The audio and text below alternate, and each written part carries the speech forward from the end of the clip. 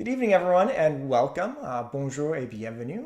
My name is Alex Gates, and I am the Executive Director and Curator at the Canadian Automotive Museum in Oshawa, Ontario. On behalf of everyone at the museum, I'm glad you're able to join us tonight for our third Thursday talk. This is actually the start of our third season of our Third Thursday talks as we share Canada's automotive heritage.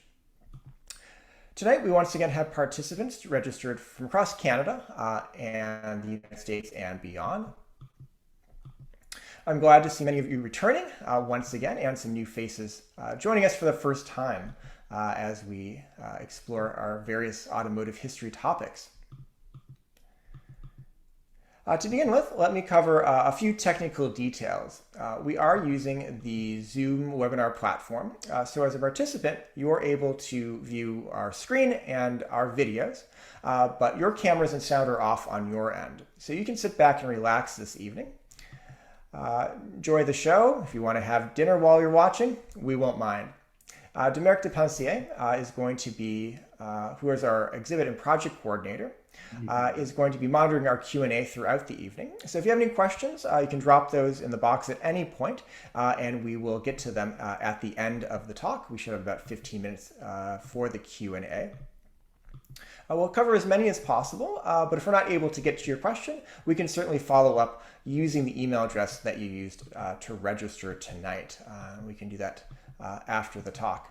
We are recording this talk, and it's going to be uploaded to our YouTube channel next week. So the link will be available in our October newsletter.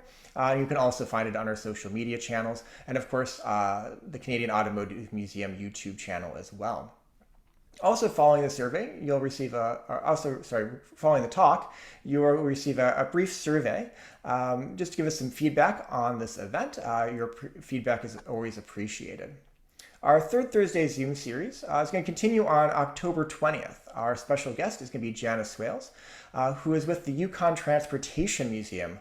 Not exactly around the corner from Oshawa, but definitely in Canada, and a part of Canada we have not explored in our Third Thursday topics yet.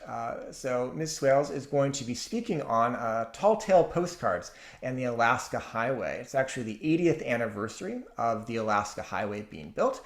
This is a major turning point in the opening of the Canadian North to motor vehicles and really part of our automotive heritage in terms of expanding what parts of Canada were really reachable by automobiles. And of course, that had to do with the Second World War, connecting US to Alaska, mainland United States to Alaska, connecting Western Canada. Quite a story, and she's going to take the approach talking about some of the postcards and memorabilia from that period and really how it was viewed at the time here in our country. Finally, a big thank you to our title sponsor, Hagerty, and in particular, our regional rep, Michael Wilson, and of course, to everyone who made a donation to the museum as part of your registration. It's still a recovery mode at the Canadian Automotive Museum, and we appreciate all of your support. Tonight, we are joined by our featured speaker, who is Mr. Gérard Deltell, who is a sitting member of Parliament from the Quebec City area. So joining us for a brief introduction is actually our Member of Parliament from Oshawa, Dr. Colin Carey. Thank you so much for joining us. So this evening, instead of me reading a biography of our speaker, I thought Dr. Carey could introduce his colleague and, probably knows a little bit more about him than I do. And I know you two have worked together for many years now, in fact, in Ottawa. And so thank you for joining us. I know you guys have busy schedules, called back to Ottawa today and all of that. So I will turn it over to you, Dr. Carey. Thank you very much, Alex. And I want to thank everyone for being here this evening. Et pour mon collègue, Gérard, merci beaucoup. C'est un plaisir pour moi d'être ici avec vous. And for Gérard to be here, he's no stranger to Oshawa. He has been down, as you see, there's the evidence right there at our own museum with the yellow GT. Gérard, he's been extremely passionate about automobiles, and that's one of the things we share.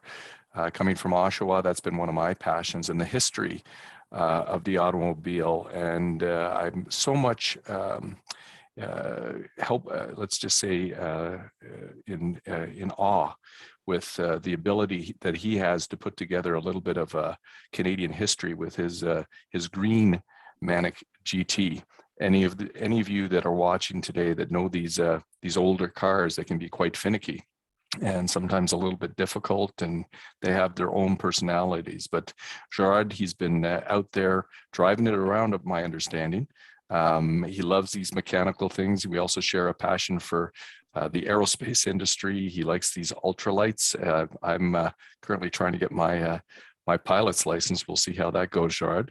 But I want to thank him for taking this opportunity to share his evening with us and educate us a little bit more about this part of Canadian automotive history. So with that, Gérard, I think I'm probably going to be giving you the floor. And Alex, again, thank you for inviting myself, but also my wonderful colleague here, Gérard Deltell. Thank you, Gérard. Thank you so much, Dr. Carey. Always a pleasure to be in Oshawa and to see you welcoming me to your city, and I'm very pleased of that. And thank you so much, everybody, to be here tonight.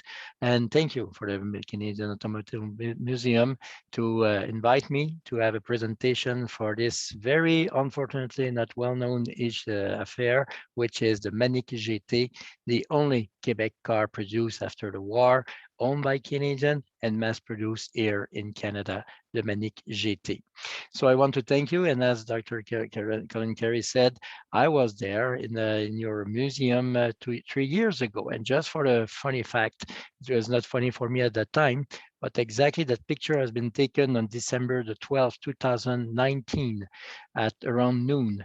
Exactly at the same time that picture has been taken, I should have been in Ottawa, because at the leader of that time, Andrew Scheer, resigned exactly at the same time when I was in Oshawa. Well, I should have been in Ottawa. So I took the train at 2 o'clock and I arrived in Ottawa. But when I see that and when I think of you, I think also that I should have been in my job instead of having the fun to see your museum and this very well protected Manic GT. But also I'm the owner of a Manic 1, and this is the Manic number 104 on around 160 that has been produced. So you will see that this car is in front of Le Château Frontenac. I'm from Quebec City, and this has been taken just a few days after this car has been on the road again, because I bought it 3 years ago. It took me about a year and a half to refresh it, because everything was there, but we have to refresh from A to Z. The car cost me $2,200 to buy it, and I will never say how much it cost me, because nobody would like to refresh his car after that. So this is my sole and only collective car, and it will be the only one because I've been there. And before going deep in the history, let me show you something. So this is a copy of the record of the Manic production made by hand. And obviously it's so close, but it's so tight, so little, but I can tell you that here it is, number 104, and it was outside of the factory on March the 22nd, 1971. And this is my insurance record. By the way, Avida is a partner of Aggerty, so I'm very pleased to say that. And I put it back, this car, on the road, 2021, March 22. So 50 years after it was out of the factory, I got it back on the street. That's kind of stuff that I like to do when I work on specific project, and it was a great achievement for to recreate an old car. So let's talk about now the history of Manic itself. This is the story of one man, of a leadership of one man, Jacques About, the guy that you see in this picture. So Jacques About was a French man born in France in 1938. His father was an officer in the French army at that time during the war, and after that, he was a very famous sport journalist, auto sport journalist in the newspaper L'Équipe, which is the biggest newspaper in France. So he was born in France, but as his father was an officer in the army, they spent 5 years in Indochine, which is now the Vietnam, And unfortunately, during the war, Mr. Abu spent a full year in a concentration camp. He immigrated in Canada in 1955, so when he was an old teenager, we could say. And then, because his uncle welcomed him because he was a little bit, not a really smooth guy. He was a little bit too much, so he had to address some issue. And his father sent him to Canada in 1955. And he traveled to Japan, sorry, in 1960 for 4 years. And he was very impressed, but very impressed by the Japanese people. And he learned very well the judo.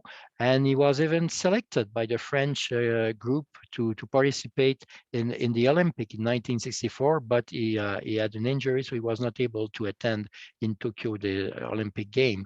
So he was so impressed by the Japanese people that I want to show you an ad that has been published, at the Canadian Motorsport Bulletin in 1971.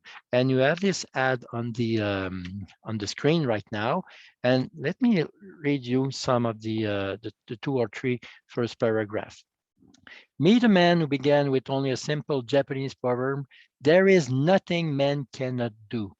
And that motto was the motivation of his life.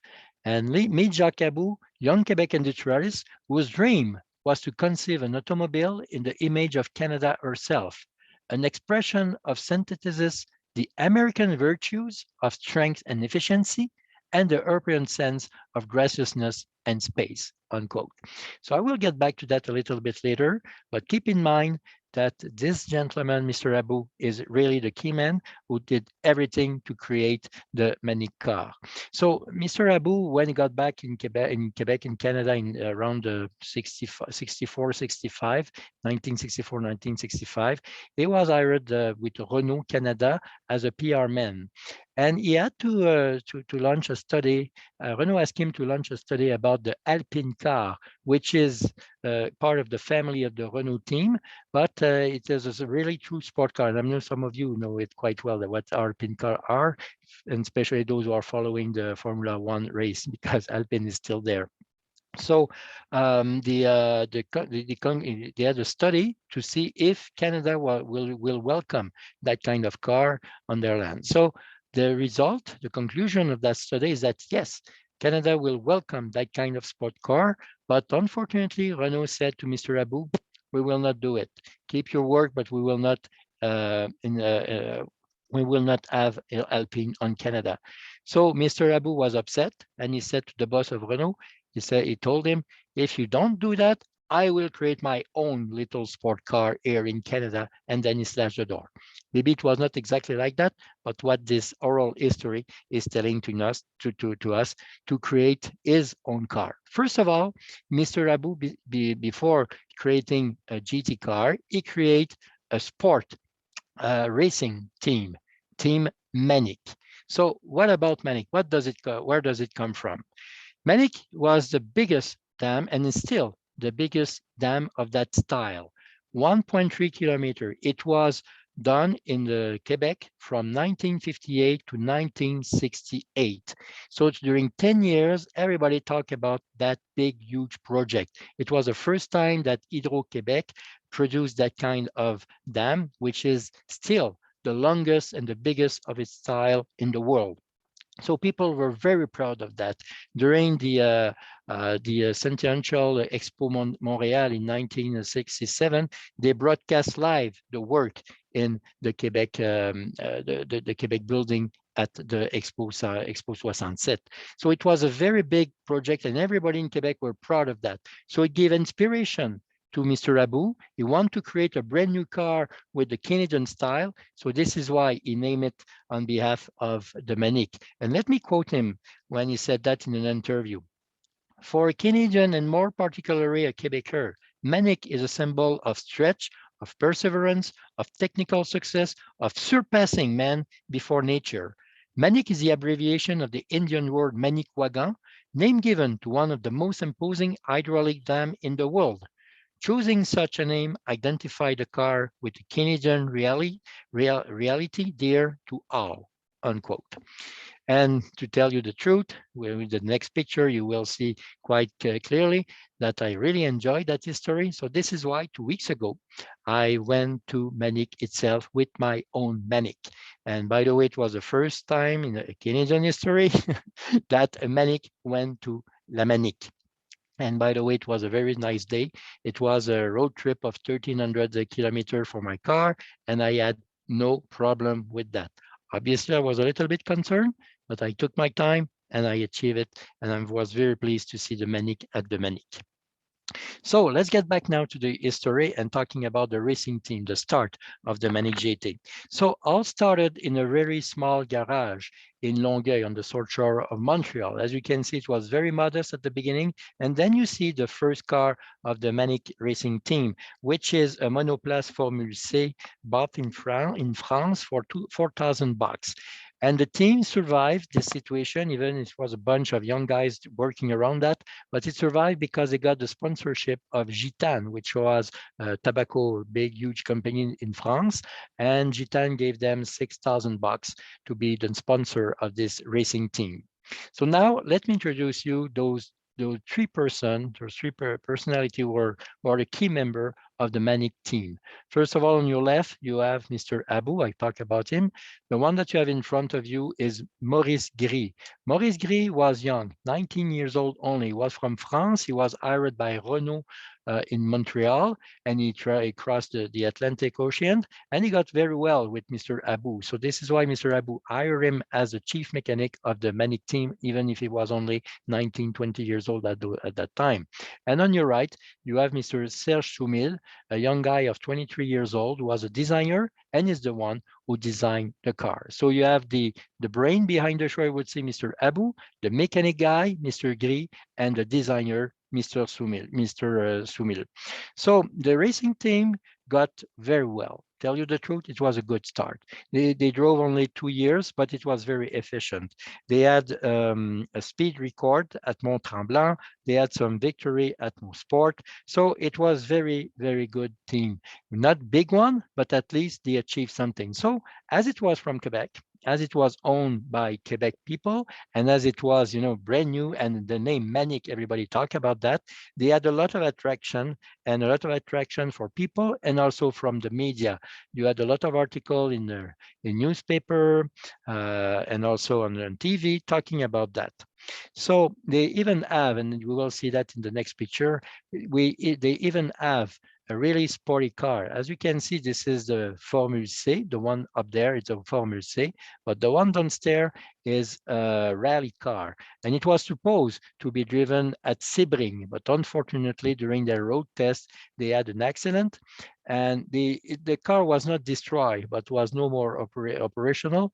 And they had to, nobody knows where it is right now. So if you have any clue, please call me. I will be very pleased to see it again. But we lost the track of this Sebring. So the start was good. They had real success, they had real attention, and then because it was a good start, Mr. Abou, as is saying that in this article, he said now it's time to move to something else, keeping the racing car, but now focus to the creation of a car for everybody, Manic GT. Now let's pay a look to that. This is the picture that I want to introduce to you, just to look at the car itself. So first of all, the shell is in fiberglass. There is no, the fiberglass was very popular at that time. It was the beginning of the fiberglass, and Mr. Abou was very astonished by that. So the car is produced on fiberglass.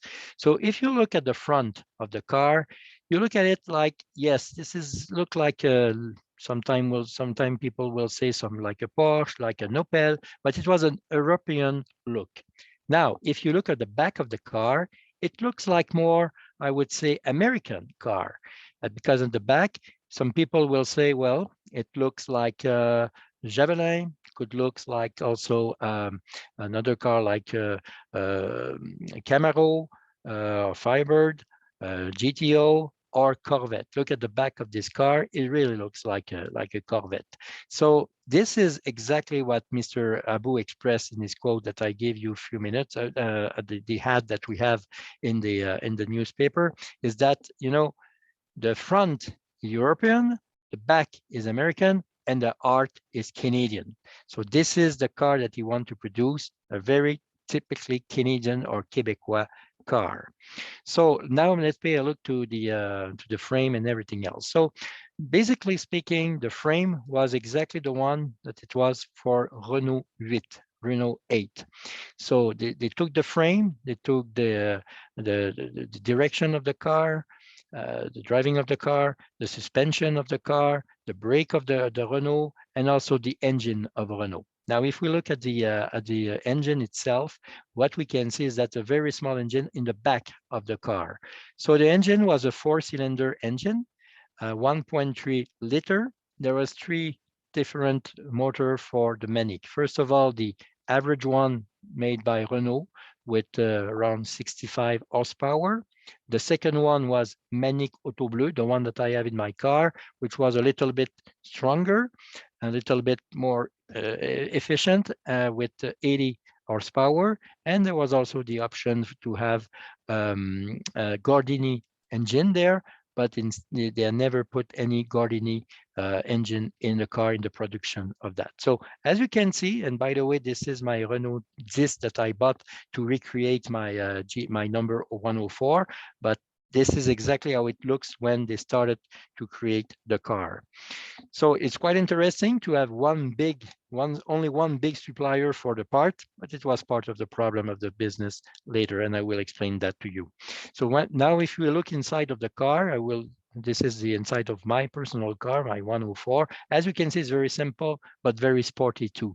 So flat floor, very efficient when you have an engine behind you. And also you have those things that are used, you know, to identify the Vitis and everything, our RPM. It's very sporty at the time. Small driving wheel, small driving shift too. So it was very efficient, very sporty. And if you look at the seats, well, it's very sporty seat to say the least. And especially when you have a road trip, like the one that I had 2 weeks ago, the seats are very modest to say the least, but they look very sporty. When you look at the seat of the Manic, it's exactly the same kind that you had in those years with the Corvette and also some Italian car like Lamborghini and Ferrari. So this is why it was a good start. So we can switch to the picture to the seat, and as you can see, this is it's like you know, a shell. It's not very smoothie, but at least it's efficient and very sporty too.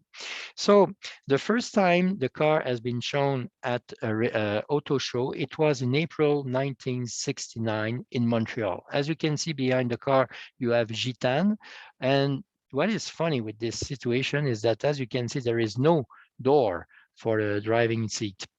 Why? Because they arrived with the car the last minute and they didn't have the time to put the door. So there is a rumor that say that Mr. About said, well, we decide not to put the door to let people see it clearly how magnificent it is inside the car. That was a funny argument because that's not the truth. They were not able to put the door exactly at the same place. So it attracted, that was the first time that this car has been shown. It attracted a lot of attention, a lot of media talk about that. So it was a good start. What we have to keep in mind also is that, yes, all the mechanics are, 85% of the mechanics are coming from the Renault, but 65% of the parts of this car itself is from Canada. So this is why we can say that it is from Canada. So they start the production in Terrebonne, and as you can see, it was a real production, mass production, en série, comme on dit en français. And also on the right picture, you can see that they are working on the seat in the factory in Terrebonne, and also all the wiring was made there. So everything was done under the same roof. There was no contract right or left around the town. It was in Terrebonne in an old factory, empty, and they started their production, and it was a good start. Also, let me talk about the fact that they rose up $1.5 million from private sector, Steinberg, a grocery store, Bombardier, the famous Bombardier producer of skidoo at that time, and the bank RBC. So they are attracting a lot of attention and also loans from both governments, but they had $1.5 million, a lot of attention. So it was time now to move on, and it was a good start, to say a great start. This picture has been taken in New York because, yes, you had the Manic team was introduced at the New York Auto Show, and it has good attention and good attraction at that time. It was even shown in Osaka, the international event in Osaka at that time, and the Quebec government asked Mr. About to send them a car to show how good Quebec people are to produce car. And it was also there are a lot of TV show with the car. The one that I will show you in the next picture is Jacques Duval. Jacques Duval is a very famous name of car enthusiast in Quebec because he started 50 years ago, Le Guide de l'Auto, and it's still living right now. And there is a lot of great analysis by Mr. Duval on car. And especially this one in 1970, you have an article on La Manic, and a lot of people, more than 1 million people in Quebec, watch this show. The name was Prenez le volant, take the driving wheel, and as you can see, is now with Mr. About talking about his car. And by the way, I will, at the end of my conference, you will give the link to see the data and to see the video that has been produced in 1971 with Mr. About. So it was a good start, a great start, a lot of attention. And this is now that we can see that it was so much popular that even it was not only a French situation, that was a French attraction. It was also an English-speaking Canadian attraction. Manic moves into the mass production. Quebec made Manic GT air soon. This sporty car started out from a Quebec schoolhouse. About's Manic is an all-Canadian automobile built in Canada for Canadians. And even in the Time magazine, the Canadian edition, you had a half-page article about the Manic. So this is great. That was a good start, a good attention. And then now it's time to move for the production of the car. So they had the option, there is two options, because at Terrebonne it was too small. So they had two options in front of them. Creating a brand new building in Granby, because the mayor of Granby was very efficient to attract businesses, which is the cartoon that you have in front of you, the sketch that you have in front of you, or they had an offer from Laurent Baudouin, CEO of Bombardier, telling to Mr. About, said, well, look, Jacques, you're starting your business. This is great, but do it step by step. So we will welcome you if you want to. We will welcome you in our plant in Valcourt when we produce 220,000 skidoo each and every year. So we'll find a place for you so you can start correctly your business. And then after that, if you want to move somewhere else, no problem. And Mr. About refused because he was afraid that Mr. Baudouin from Bombardier could eat him all the way. That's exactly what he said. Il va m'avaler, he will catch me out. So he decided to be independent from Bombardier, and he started a brand new factory in Granby, and it cost him $700,000 on 1.5 million that they had. It was a huge gamble. We will see what the result of that would have been. So yes, the number one car that has been produced is this one, and there was a good PR event. It was Gerald Scott, the architect of the building of the Manic, who is the owner of the first car that has been produced at the Granby plant. So it was a real mass production. It was very more efficient, as we can see in the picture. You know, it was a little bit more professional too, the way to address it. So everything was set. 125 people worked there. They had 60 operations to conduct in 20 different stops. So as you can see, there is 1, 2, 3, 4, 5 spots on the picture, but there was 20 spots, 60 operation, and around 125 employees. The car was sold $3,500 around that. So it was a little bit less expensive than a Camaro, but it was around that. But as you can see, Camaro was very different from the Manic, which is a good thing, because if Mr. Abou was to create something like the Camaro, people would prefer the original instead of the copy. So it was clearly different. Instead of having a muscle car, this was a lights car, a very efficient but lights car, which was the way to deal it. By the way, my own car can go as fast as 100 miles per hour. The maximum car have been at 120 miles per hour. It was not me, and by the way, I didn't drove it at 100 miles per hour. I'm too. I'm not that kind of guy, by the way, but it was designed to achieve it. And my last picture on that is venir rencontrer la belle Québécoise. They use the Renault network to sell their car, and some people were independent, like and as you can see, sorry, not independent, but as you can see, this was a Renault dealer at Côte d'Iliès in Montreal. But unfortunately, the problems begin. As I said earlier, when you have only one huge big supplier for 80% of your of the mechanic part, you are hostage of your supplier. And unfortunately, Renault was not very efficient at that time. They had many strikes in France, and also they have a big problem to supply of the supply chain, as we're talking today. It was a big issue for Manic at that time. And this is why Manic had to stop 8 times from January 1971 to May 1971. In just 5 months, they had to stop the production 8 times because they didn't have all the part that they needed. So they had a lot of problem. And on May the 7th, the first article was published in the local newspaper saying, well, Manic is in deep problem. So Mr. Abou worked very hard on that, but unfortunately, it was not enough. So when the article on May 7th was published, questions were raised in the House of Commons by the member from Granby, Shefford at that time. And questions were also raised at the National Assembly. And just to tell you that about the question asked that was asked on May the 7th, in the House of Commons. The Prime Minister at that time was Pierre-Elliott Trudeau. But Mr. Abou knew Mr. Trudeau very well. You know why? Because before Mr. Trudeau entered in politics in the beginning of the 60s, he was a very judo fan too. So he took lesson from Jacques About. Jacques About was a teacher of judo to Pierre-Elliott Trudeau. And in 1971, Pierre-Elliott Trudeau was asked in the House of Commons, what can the government do to help Manic?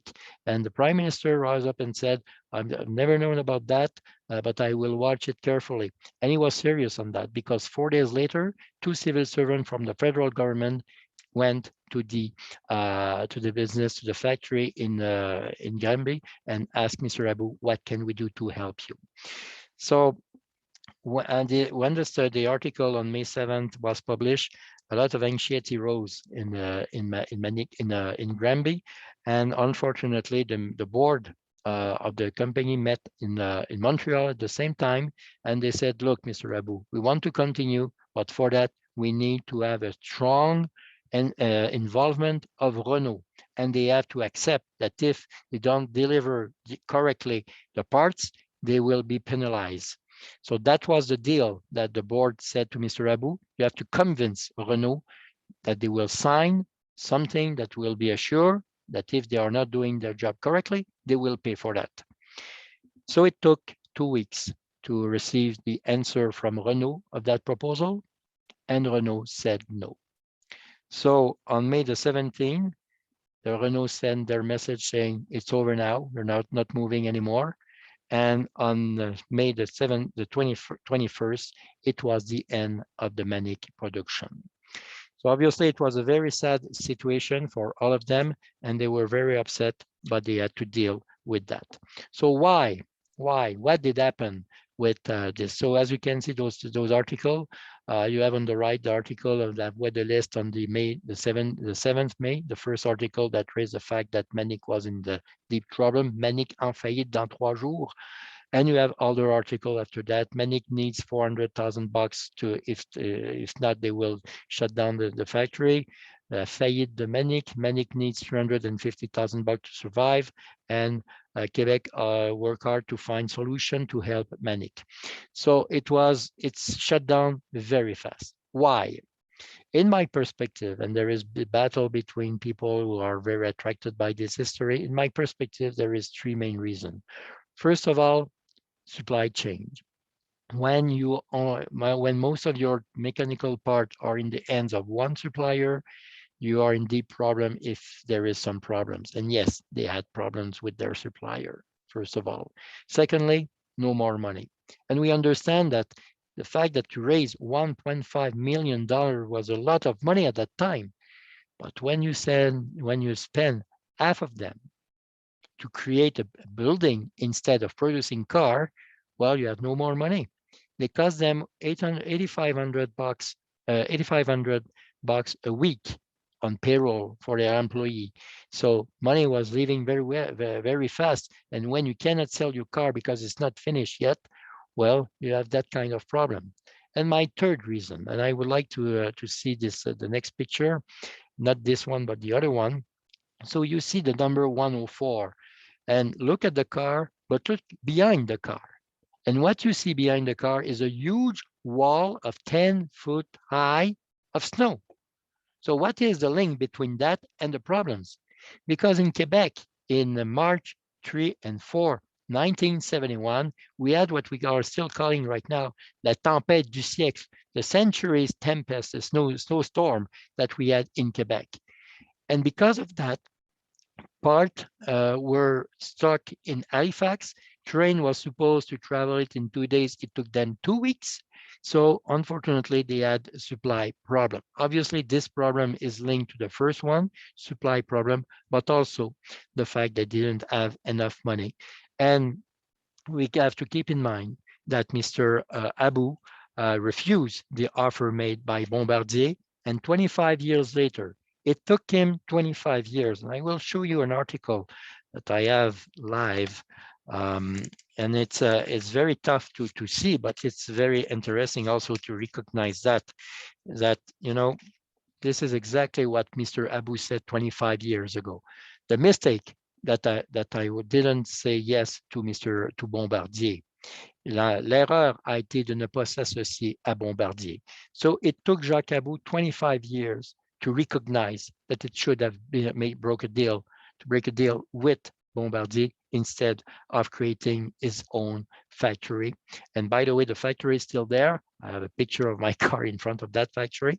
I visited there a year ago, but it's no more producing any Manic. So the Manic today. Let's talk about the Manic today.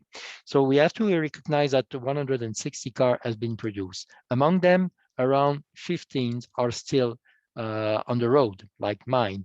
But there is Manic all around the world. Well, all around the world. There is one in Australia. There is two in France. There is one in Spain. There is one in the Washington State. There is one also in BC. There is one in Alberta and in Mountain. A lot in Ontario, Quebec, and also Nova Scotia. So we can see around 15 cars that are still on the road, but there is around 20, I would say, projects that people can move on, but they are working hard on that. By the way, and also there is around 10 or 15 wreck, very scrapped car, only the shell. And there is a guy in Ontario who had an accident with his Manic in 1974, and he kept the front and the back of his accidental Manic, which is quite interesting to know. So what can we say about that? What is interesting also is that, during 30 years following the shutdown of the Manic plant, during 30 years, nobody talked about the Manic. It was like a shameful situation, shameful history, not successful story, so put it back. And hopefully there is a guy from Montreal who create a website, l'Amicale de la Manic. So he reached out to a lot of people who had interest in the Manic.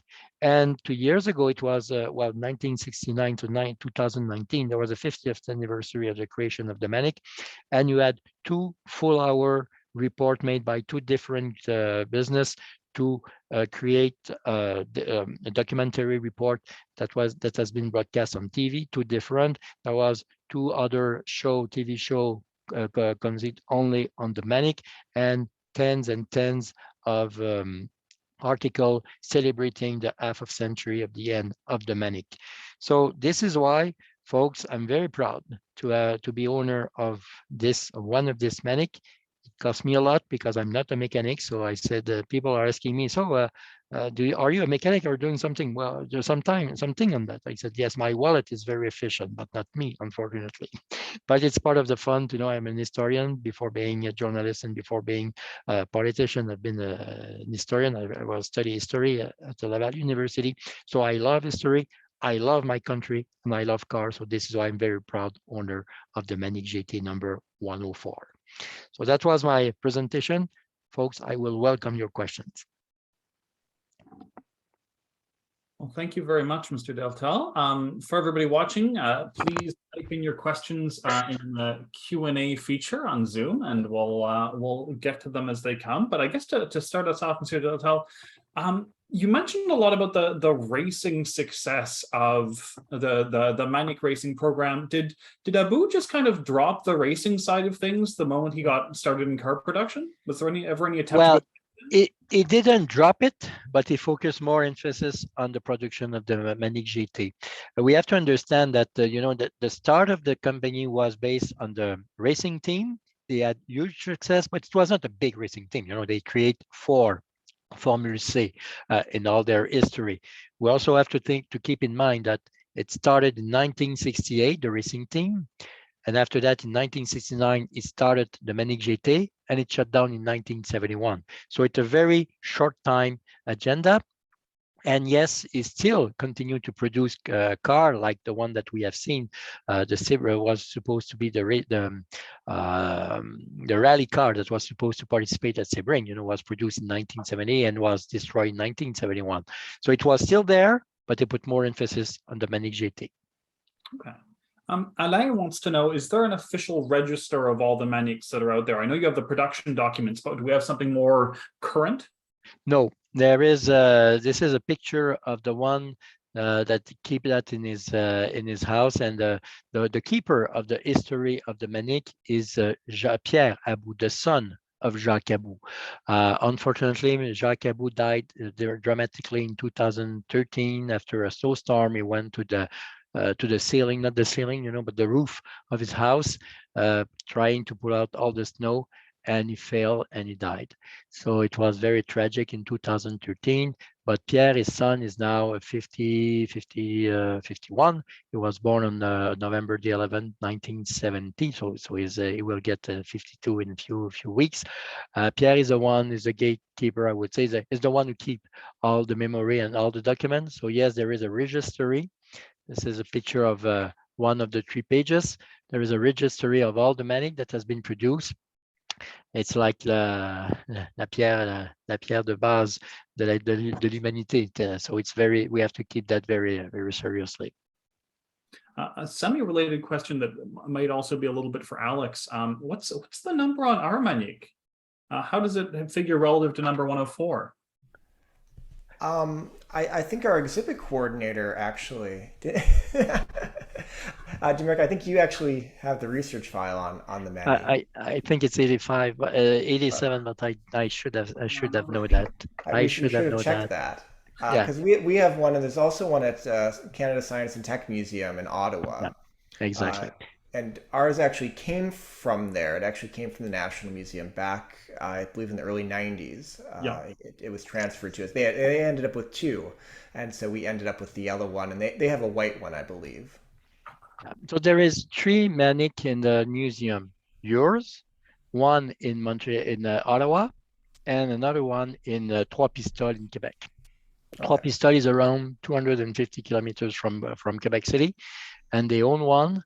You have yours and the one at Ottawa. And by the way, I was very pleased and blessed to be welcomed to your museum and to study closely yours and to take some measure. And I did the same in Ottawa.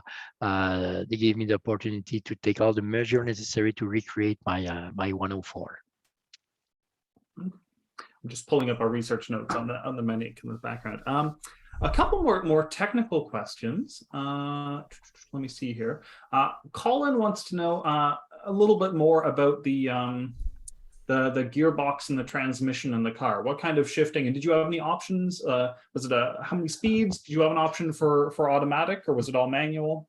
Okay, the basic was manual 4-speed, like all the Renault 8, and there was I had some issue, by the way, with my differential when I went to the Manic before that, and I fixed it to be sure that I would not have to address it during my trip. But there is an optional for a 5-speed transmission, but it was never produced on the during the production. So I know a friend of mine who is working now to recreate one Manic, and the guy is David Beauchemin from Granby, a young man, young father, very good guy, and he owned the 5-speed transmission, so we will implement it in his car when he will create it. But it was no Manic had from the factory a 5-speed, all of 4-speed. Okay. Question from Clark. He's talking about, that Renault R8s were rallied in Canada. And are there sort of any of those cars left whose engines might be fitted into a Manic? And sort of by extension, how easy do you think it would be to, recreate a sort of new Manic on an addition or an original chassis as opposed to restoring an old one? Yeah. So first of all, about the frame of the R8 and R10, I bought myself a R10 $900 in nearby Montreal to have plenty of part, which was very efficient. But unfortunately, those frame are all of those frames are rusty. It was not a good production in those years, and the end of the 60s, and especially with Renault, they had a lot of problem of rust. And 50 years later, if someone is telling you, oh yes, my frame is perfect, okay, you're a liar in front of you. You have a liar in front of you, because it's clearly impossible to find out a Renault 8 frame correct. So and now let's talk about to recreate a brand new Manic. So this is my dream, and all the people who love Manic dream about that situation. So we would like to. And let me tell you something. In the last few weeks before everything ended, in April 1971, in La Voix de l'Est, a local newspaper in Granby, Jacques About said, "J'ai ma petite idée pour une voiture électrique. I have my little idea for an electric car," unquote. 50 years ago, he had that in his mind. Today, everybody talk about electric car, but nobody talked about electric car 50 years ago. About was really behind of his time, ahead of his time, sorry, not behind, ahead of his time. 50 years ago, he talked about electric car. And tell you the truth, folks, don't publish that, don't say anything that publicly, but my dream will be to have a Manic, to put aside the engine and put inside electric engine. So there is 2 businesses in Quebec who are doing that. And they told me, well, it's very interesting. Yes, it will cost you around $100,000 and $150,000, and we don't know if we can achieve that. Okay, I don't understand. To me, it looks very simple, but because I'm not a mechanic. But yes, there is always people like me who dreams to have a new car produced in Canada, owned by Canadian and mass produced. What is interesting with this story is that, in only 3 years, Jacques About started with a blank sheet of paper, and he produced 160 cars. And look at them. They're really nice, but in his car. And 50 years later, they are still running. Not all of them, but some of them are still running. So this is why we have to keep it close to us, and we have to keep it correctly, because this is part of our Canadian history, part of our Canadian heritage, part of our industrial production reality, but nobody knows that. So do you think his kind of really rapid success and popularity might have been or contributed to the breakdown of the relations with Renault? Because I know the Manic GT was sort of roughly in parallel to the Renault Alpine, I think it was called. Okay, yes, obviously Alpine was more stronger. It's like, and I don't want to insult anybody, but it's like, junior stuff and NHL stuff. Manic was okay, but it was not ready to confront Datsun 240Z. Yes, it was good. It was great. It was a great start, but it was a start. So we have to be very careful when we talk about that. And Alpine was a real true sporty car. A Berlinette, it wasn't exactly a sport car, but it was, I would say, more a rally car, but it was very popular in France. And the problem with the supply chain was important also for the people of Alpine. But the reality is that when the Alpine plant was in Dieppe, and as Canadian, we know where Dieppe is. It's not so far away from Paris compared to Terrebonne or Granby to Paris. So this is why, the guy from Dieppe, if they have any problem with supply chain, they went directly to the factory in Paris and Paris in Billancourt, and then they grab all the parts that they need, and then they got back in the same day. With Manic, it was not the case. And by the way, Mr. Abu wrote a very tough letter to Renault in March, asking Renault to deliver as soon as possible what they is paying for that. I recall reading somewhere, it might have even been in some of the notes you sent me when we were writing up the history on our car, that Jacques About had talked briefly about sort of either an upgraded or a replacement successor to the GT. Can you sort of expand more on that? Yeah. I guess it wasn't even a concept car yet, but just sort of an idea of a car he had.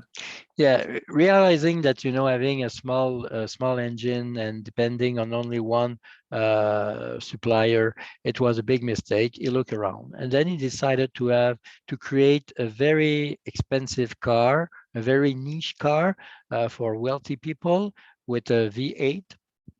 To be sure that everybody in any garage in Quebec, in Canada, they could fix it.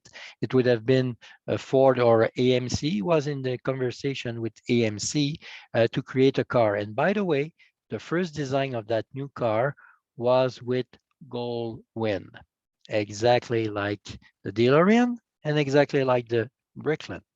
Obviously, I will say, well, it's Abu who create that situation to have Bricklin and DeLorean got inspiration from Abu. This is my joke, I would say, but seriously, he had that in mind, but it was too late. Creating a brand new car with $1.5 million is a miracle. It was a miracle, but unfortunately, it shut down because of some problems, as I told you. It could have survived, but we cannot rewrite history. So speaking of other fiberglass bodied cars, John wants to know what happened to because we saw earlier the picture of the factory full of empty fiberglass hulls. What happened to all those car bodies? Sorry for that. I'm sorry if I'm laughing because everybody is looking at that. So if you see in a barn somewhere around your area, if you see something looking like a Manic, call me. I will drive it right now just to find it. Obviously, when something shut down, there's people say, "Oh, I don't care. I don't pay any attention to that. I destroy." I've heard some stupid story, people saying, yes, 2 years ago I had that in my barn, but it was over, so I put it in the garbage. And geez, how come? But that's the reality, when things happen and it's not finishing well, people put aside everything and then it disappears.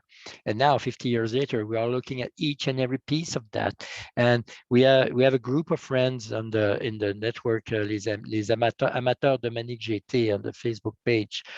We are 200 people around that, and 50 of them are very efficient, not efficient, but very on a daily basis we exchange some information, and we are looking for the Manic part, for the Manic, I would say, treasure that we can find. And when we find it, we are very pleased. But we can identify. Personally, I've seen 29 Manic myself. I've seen them and on different situations. The first one was obviously the one that you have in your museum, but I saw a lot of wreck. I saw also a lot of only shell. Someone had a shell to sell during the last month in nearby Joliette, and a guy from Ontario bought it with Renault 8, so he want to recreate it. That's great. We want to save each and every Manic that we can.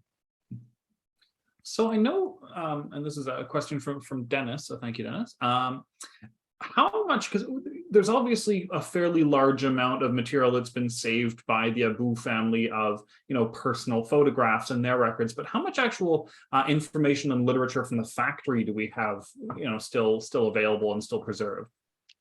Not a lot, not a lot. You have to keep in mind, the factory, the Morin factory at Granby was in operation for only 5 months. We're not talking about, plenty of boxes. But Pierre About, and I had the privilege to visit the family house in Rosemère. Pierre lives in Trois-Rivières, but in Tetramaine, sorry. But the family is where his father lived was in Rosemère, and they sold the house, I think, a few weeks ago only. So they had around 100 boxes of information. They had all the blueprint, all the blueprint was there, keep well, a lot of picture, and a lot also of data coming from their factory. But yes, there is a lot, but I would say not enough to identify where the car are. The most important element is this, and it's very well kept. And I said to Pierre, I said, well, if there is a fire, the first thing that you have to get out after you is this is this part of our history. Oh, and by the way, if you look at the picture that we have in front of us, you have 2 cars, number 100 red and mine, and maybe you will recognize just over us, it's Gilles Villeneuve. This picture has been taken in Berthierville, at Berthierville, born place of Gilles Villeneuve, as everybody knows. So when I pay tribute to him, when I had my road trip from Quebec City to Ottawa, I went to Ottawa a year ago. And my first stop was at Berthierville to pay respect, and Michel Fafard from Saint-Norbert, nearby Berthierville, owned the number 100, which is the red one there. Very nice car, by the way. And we had a picture under the watch of late Gilles Villeneuve. Do we have time for one more, Alex? Or are we? I just wanted to ask, what were the original colors? We've seen red and very Christmas colors, red and green, and we have a yellow one, and I've seen a white one. How many different colors are original to the Manic? 11. 11. 11. Oh wow. Stupid. When you see that the Tesla right now only has 3 colors, well, which is not very good as far as I'm concerned, but there is only 3 colors with Tesla, and they had 11 different color. And to tell you the truth, as I said earlier, my car has been repainted, so this is why I have to scratch everything and start fresh. But I had to find exactly the right color, because there is no we didn't find any indication how they create the color. We had the color on that sheet of paper, but we don't know the code to create the color. But when I did, when I got ready to paint, I put aside everything, and the backlight, the red, the green color was there intact. So with the protection of the backlight, the sun has never the red, the green paint, I've never seen the sun. So it was exactly the green when they left, when they painted the car, and when it left the factory. So we scan it and we recreate the color, and this is the one that you have. And I love that kind of combination of color, outside green, inside golden. So gold and green are so typical of the 1971 mood, to say the least. And those who are a hockey fan will remember the Seals, California Seals. That's exactly the color they had at that time. Sorry for that. Oh, great. Well, thank you so much. I have 8 o'clock, so it's been a wonderful hour learning about the Manic. Thank you so much for joining us. Thank you, Dr. Carey, for not only joining but watching the entire talk as well. I appreciate that. Thank you to Demeric for the great Q&A. Again, if anyone has any questions about the Manic, or if you know anything you'd like to share about the story, if you know anyone, please email Monsieur Deltell at any time. This is a conversation. I like to tell this story. We'd actually emailed for a number of years before I learned he was actually a member of Parliament, and he's just a very casual Canadian car historian, and that's how we get to know everyone. And great to take a break from politics tonight and talk about cool Canadian cars. So thank you so much for joining us with your busy schedule. And I look forward to seeing everyone next month as we travel virtually out to the Yukon for more Canadian car stories. So thank you so much, and look forward to seeing everyone next month.